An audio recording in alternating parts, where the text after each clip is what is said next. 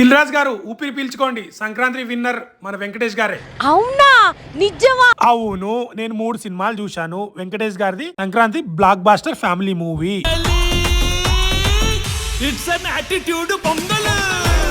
Story అయితే simple గా ఉందండి, కాకపోతే అనిల్ రావుపూడి గారు కామెడీ మాత్రం నెక్స్ట్ లెవెల్ తీసుకెళ్లారు. ఫ్యామిలీ మొత్తం చూడదగ్గ మూవీ ఇది. వెంకటేష్ వాళ్ళ బాబు ఉంటాడు, చిన్న బాబు, ఆయన అయితే ఎక్సలెంట్ కామెడీ చాలా బాగా చేశారు.